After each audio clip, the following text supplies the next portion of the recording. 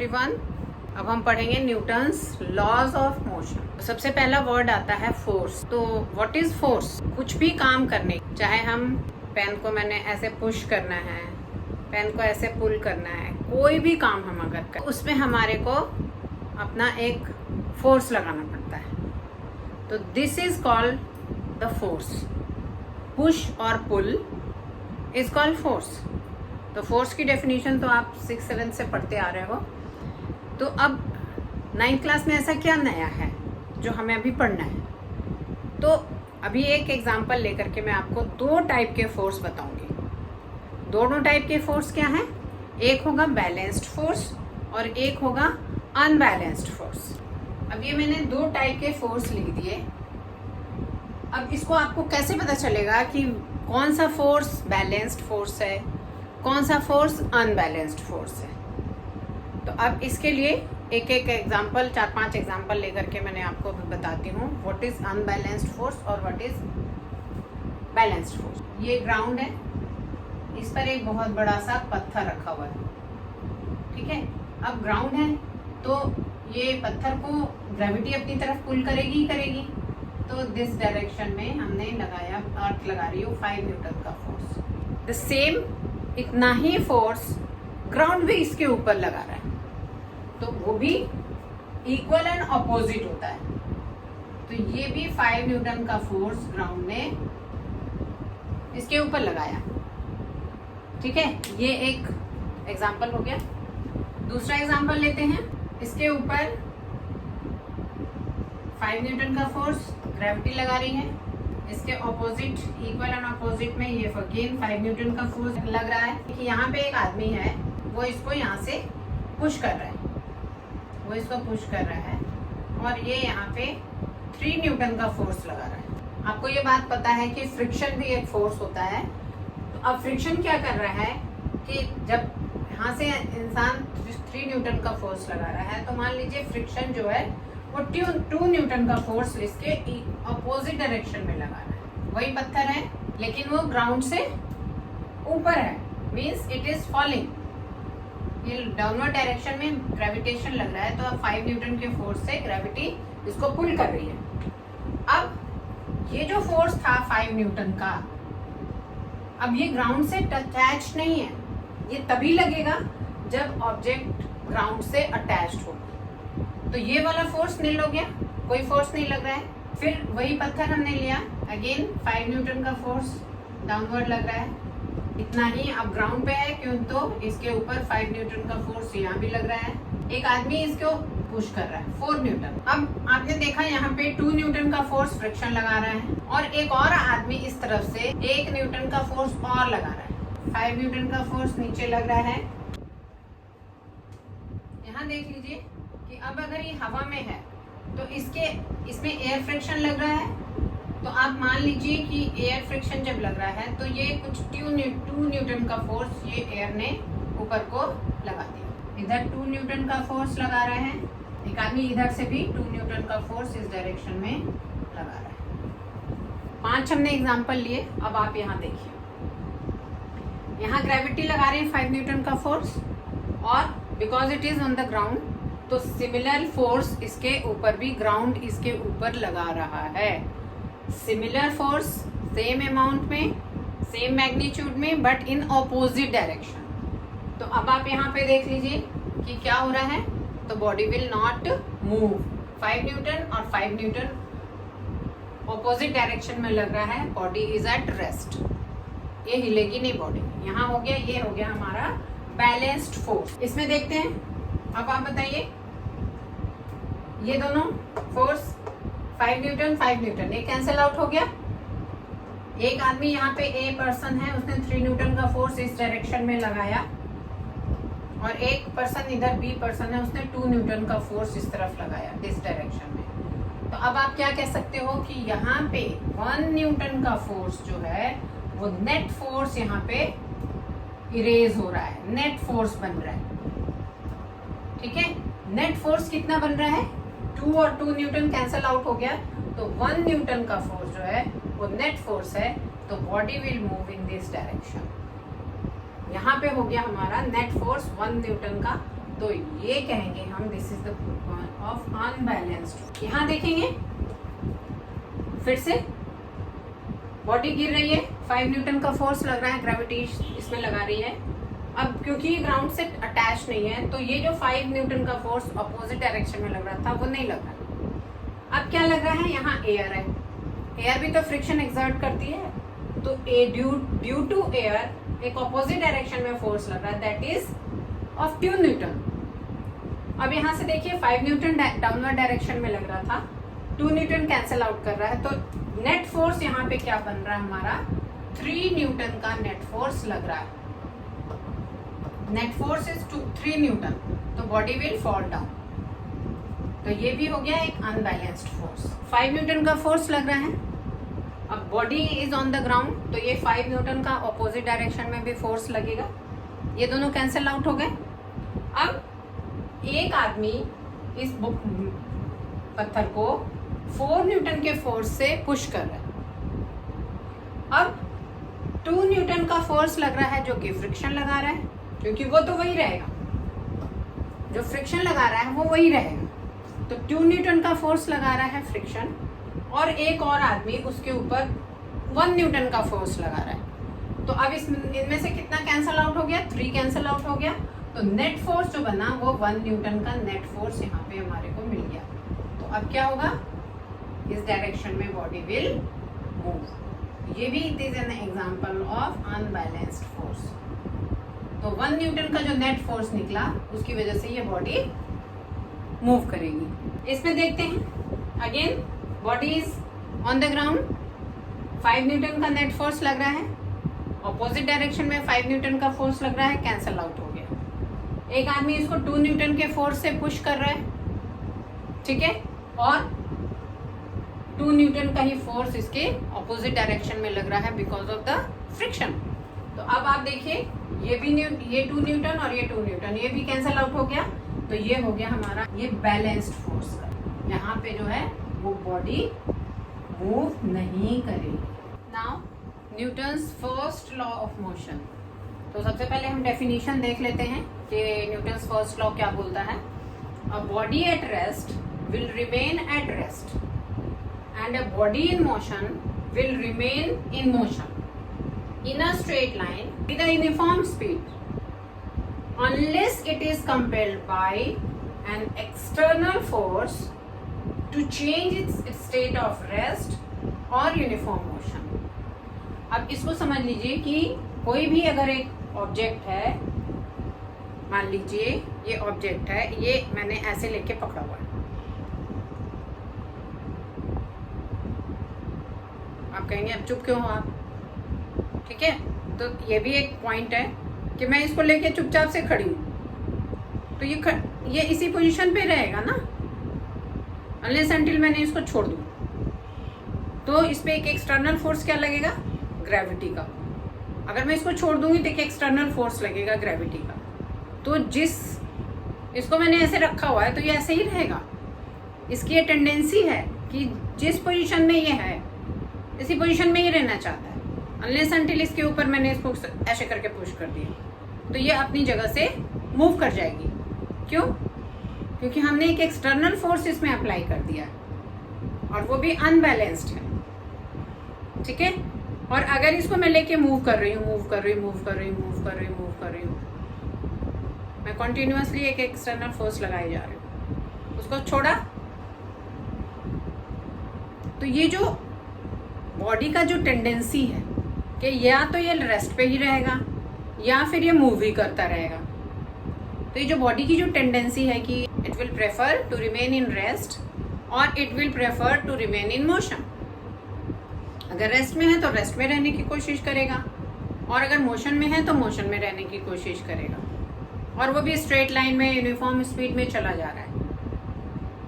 जब तक हम उस पर कोई अनबैलेंस्ड एक्सटर्नल फोर्स नहीं लगाएंगे तब तक ये चलती जाएगी चीज़। जहाँ तक ये हमारा ये किताब है, इस तरह से मैंने इसको पुश किया तो ये जाती जाएगी। अगर इसमें कोई भी फ्रिक्शन ना हुआ तो ये एंडलेस चलती जाएगी। आप अगर बॉल एक ज़मीन पे लुढ़काते हो और अगर कोई फ्रिक्शन नहीं हो, जैसा कि भी हमने अनबैलेंस्ड फोर्स में पढ़ा, अगर कोई फ्रिक्शन नहीं है तो it will go on endlessly, वो चलती ही जाएगी, अपनी मर्जी से बिल्कुल भी नहीं रुकेगी। तो ये इस बॉडी की टेंडेंसी है कि वो उसको अगर मोशन में डाल दिया तो मोशन में चलती जाएगी जब तक कि कोई एक्सटर्नल फोर्स ना लगे।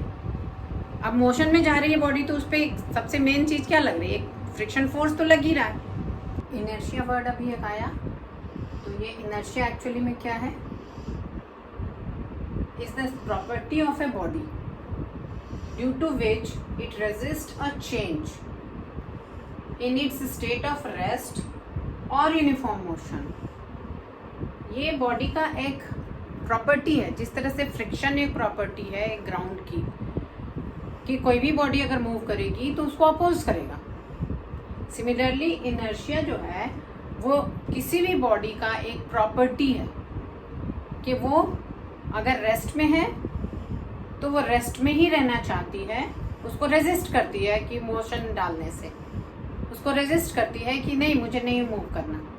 और अगर बॉडी मोशन में है तो वो उसी में रहना चाहती है, रेस्ट में है तो रेस्ट में रहना चाहती है, अगर यूनिफॉर्म मोशन में है तो यूनिफॉर्म मोशन में रहना चाहती है। ये उसकी प्रॉपर्टी है उस बॉडी की। तो इससे एक एग्जांपल आ रहा है, इसमें दो टाइप के हम कह सकते हैं, इसमें स्टेट ऑफ रेस्ट और ऑफ यूनिफॉर्म मोशन। तो हम इसमें दो पार्ट डिवाइड कर सकते हैं, इनर्शिया ऑफ रेस्ट और इनर्शिया ऑफ मोशन। इनर्शिया और रेस्ट में क्या हम करेंगे, जैसे एक एग्जांपल लेके आपको बताती हूँ कि जैसे हम बस में बैठे हैं और बस भी रुकी हुई है, हम आराम से बैठे हैं, ड्राइवर बैठा है, इंजन स्टार्ट है लेकिन मूव नहीं कर रही है बस।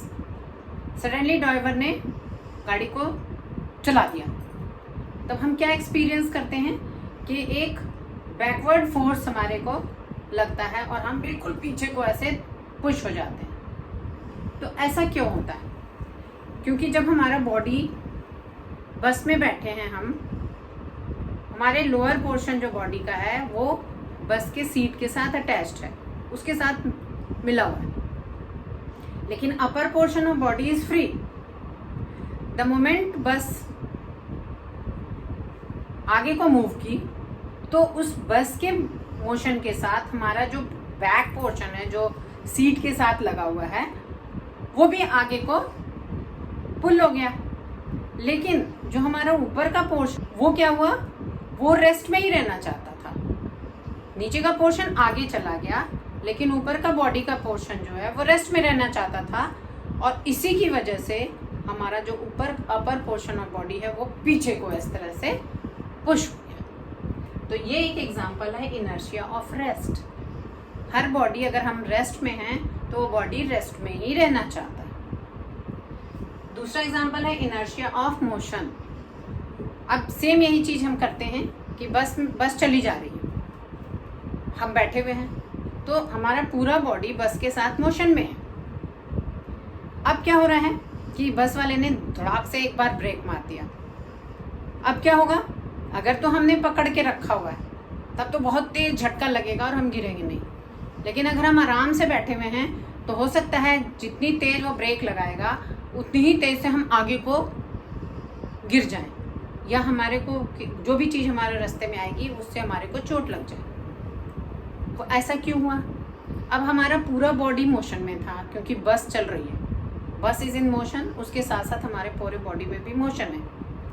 अब सडनली ड्राइवर ने ब्रेक मार दिया, ब्रेक जैसे ही मारा तो हमारे बॉडी का जो सीट के साथ अटैच्ड है हमारा बॉटम वो रेस्ट पे आ गया, और अपर पोर्शन जो बॉडी का है वो मोशन में रहना चाह रहा था, तो इसीलिए वो आगे को बहुत तेजी से पुश हो गया because of inertia of motion. हमारा अपर पोर्शन बॉडी का मोशन में ही रहना चाह रहा था।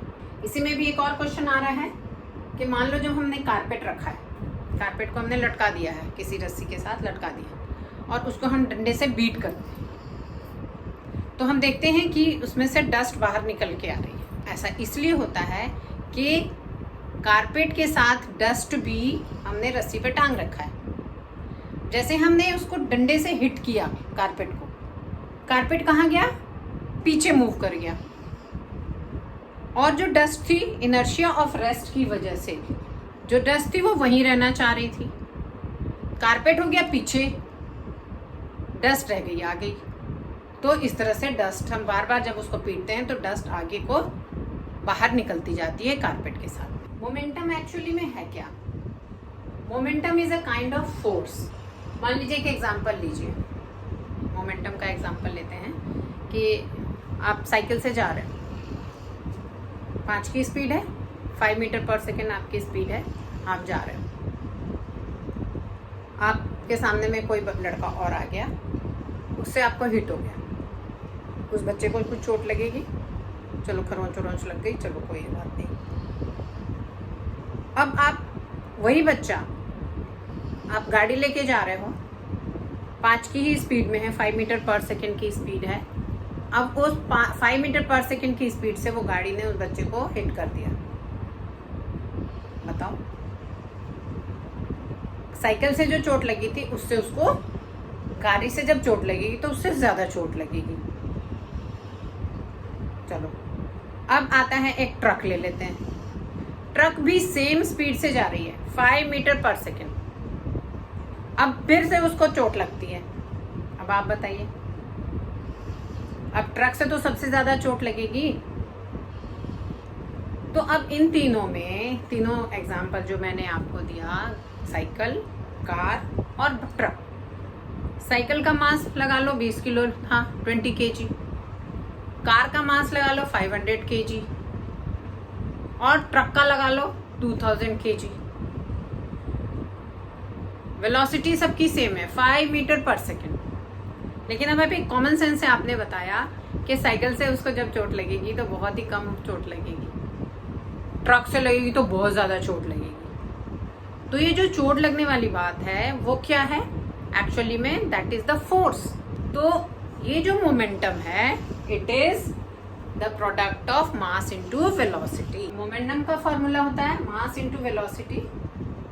p, मोमेंटम को हम p से डिनोट कर रहे हैं, मास को m से और वेलोसिटी को v से। तो अब हम इसका यूनिट निकालते हैं। मास की यूनिट क्या हमने देखी? kg। वेलोसिटी की यूनिट क्या होती है? Metre per second. ऐसा unit of p is equal to kg metre per second. Numerical है, what is the momentum of a man of mass 75 kg when he walks with uniform velocity of 2 metre per second. तो अब हमारे को momentum निकालना है। Momentum का formula is given here, momentum is equal to mass into velocity. क्या क्या दिया हुआ है? Mass is given 75 kg and velocity is given 2 metre per second. हो गया, मोमेंटम क्या होगा? 150 kg metre per second. Second law of motion, rate of change of momentum. यहाँ rate of change of momentum आ गया, that means time is being included.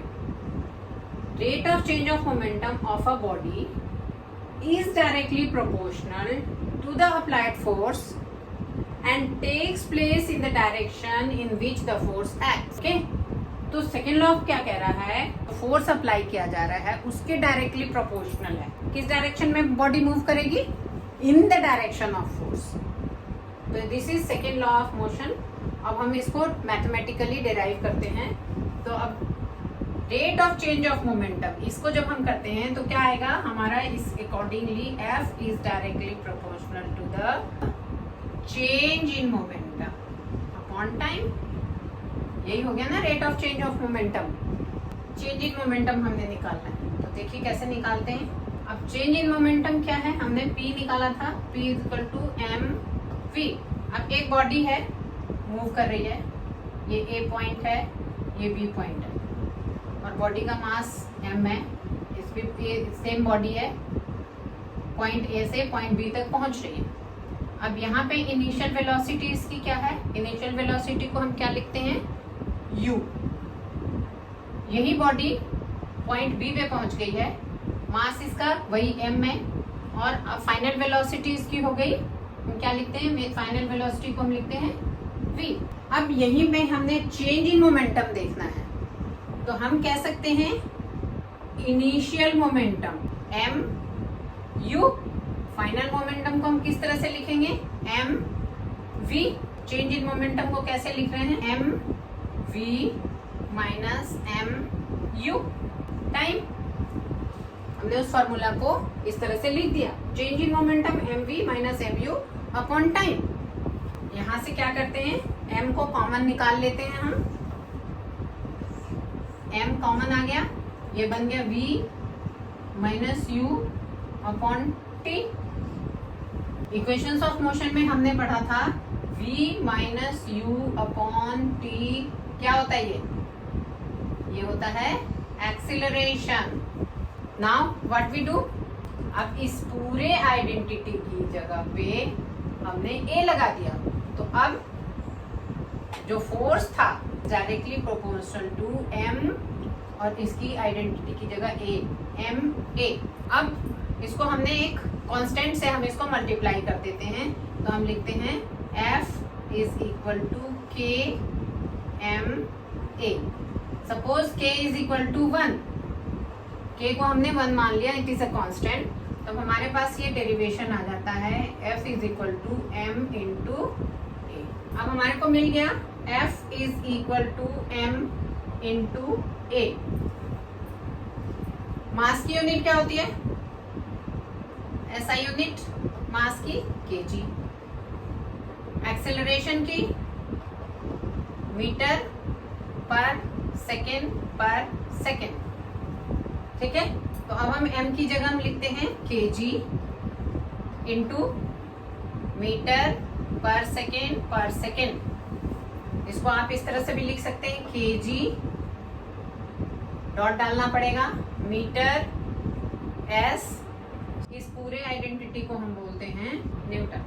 तो 1 Newton का force क्या होगा, मीन्स 1 kg का जो अगर बॉडी है, मास का बॉडी अगर है, उसको अगर हम उसका एक्सेलरेट कर पाए 1 मीटर पर सेकेंड के हिसाब से, तो हम समझेंगे कि वो 1 न्यूटन का फोर्स लग रहा है। 1 न्यूटन कितना होता है, ये अंदाजा देख लीजिए किस तरह से होता है कि अगर हम अपने पाम पे 100 ग्राम्स का वेट रखते हैं, तो इसको बैलेंस करने के लिए जितना भी फोर्स लग रहा है वही 1 न्यूटन है।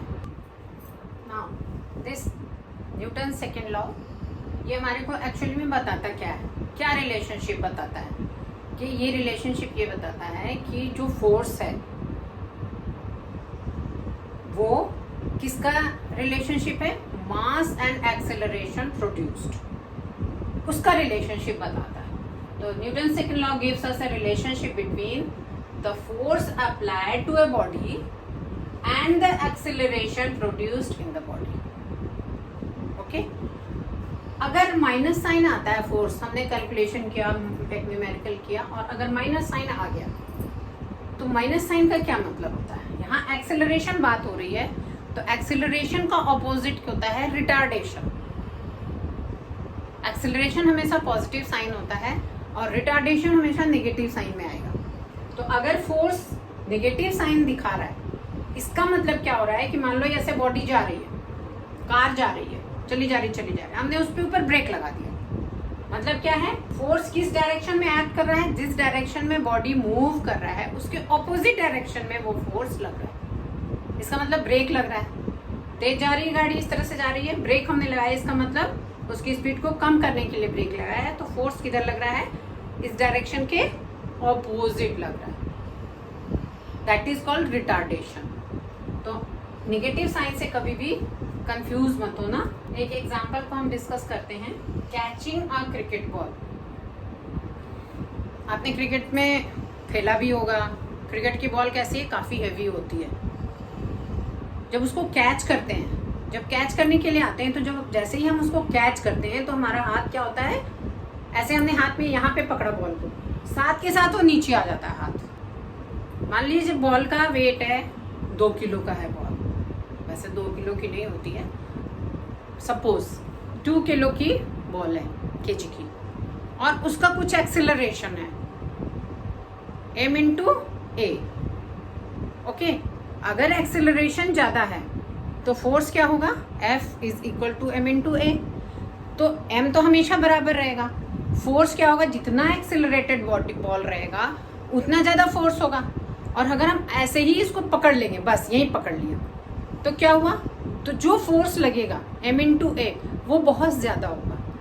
लेकिन अगर हम इसी हाथ को ऐसे करके और पकड़ते ही हम उसको पीछे को कर लें, देन व्हाट विल हैपन, यहाँ से हमने एक्सेलरेटेड बॉडी को का एक्सेलरेशन हमने ऐसे करके कम कर दिया। Mass is the same ball का, लेकिन क्यों, क्योंकि एक्सेलरेशन हमने कम कर दिया, तो जो नेट फोर्स होगा वो काफी कम लगेगा और हमारे हाथ को चोट कम लगेगी। यही कुछ होता है, जैसे एक हाई जंपर है, हाई जंप करते हुए आया और नीचे हम क्या बिछा देते हैं, रेत। जैसे ही वो जंप करके आता है वो रेत से टच हुआ, तो जितना उसका एक्सेलरेशन, मास तो हमारा सेम ही है, जो हाई जंप कर रहा है उसका मास तो सेम है, लेकिन जो जिस एक्सेलरेशन से वो गिर रहा है, तो जैसे ही वो रेत से टच हो रहा है बहुत ज़्यादा एक्सेलरेटेड है, अगर वो वहीं पे रुक जाए तो उसको बहुत ज़्यादा चोट लग सकती है। लेकिन जैसे ही रेत में हमने रखा, वो रेत के अंदर धंस जाता है, मतलब 2-3-4 इंच भी अगर वो धंस गया, इसका मतलब जहाँ से टच हुआ था वहाँ से 2-3-4 इंच अंदर जाने में उसका एक्सेलरेशन कम हो गया, तो जो नेट फोर्स लगा वो गिरने पे, पैर पे या हिप पे कहीं पे भी लगा, वो कम हो गया, तो हमें तरीके से हमें कम चोट लगेगी। लेकिन वही हाई जंपर को हमने एकदम सीमेंटेड जमीन पे कहा कि अब यहीं पे कूदो, अब क्या होगा, उसको इतनी ज़्यादा चोट लगेगी, क्योंकि जितने एक्सेलरेशन से वो ज़मीन को टच करेगा पूरा का पूरा फोर्स उसके बॉडी को लगेगा और वो चोट लग सकती है बहुत ज़्यादा। और वही अगर हम वहीं पे सीमेंटेड की जगह हमने एक फोम का गद्दा बिछा दिया, तो क्या होगा, एक्सेलरेशन बहुत ही कम हो जाएगा और फोर्स, नेट फोर्स जो होगा वो भी कम होगा, तो उसको कुछ चोट नहीं लगेगी। तो ये कुछ एप्लीकेशंस हैं सेकेंड लॉ ऑफ मोशन के। What is the acceleration produced by a force of 12 Newton exerted on an object of mass 3 kg। अब आपको A निकालना है, पहले तो हम लिख लेते हैं गिवन, क्या क्या गिवन है, तो हमें निकालना है F इज गिवन, F क्या दिया हुआ है 12 न्यूटन, ठीक है, मास भी दिया हुआ है 3 kg, तो हमें क्या फाइंड आउट करना है, तो A is equal to what, अब हमें मालूम है F is equal to M into A, तो A क्या निकल होगा, A is equal to F upon M, F is given है 12, M है 3, दोनों को निकाला, कितना बना 4 मीटर पर सेकेंड स्क्वायर। तो आई होप कि आपको अच्छे से समझ में आ गया है। अब इसका next third law of motion अब अगली क्लास में मैं लूँगी। तो अगर आपको लेसन समझ में आ गया, आपको अच्छा लगा, तो मेरे इस वीडियो को ज़रूर लाइक कर देना, और अगर आप अपने दोस्तों के साथ ज़्यादा से ज़्यादा शेयर करो, ताकि सारे आपके दोस्त भी तो बेनिफिटेड हों, और उनको बोलना सब्सक्राइब भी करें, तो सब्सक्राइब करना बिल्कुल भी नहीं भूलना। तो मिलते हैं फिर अगली क्लास में, तब तक के लिए बाय बाय।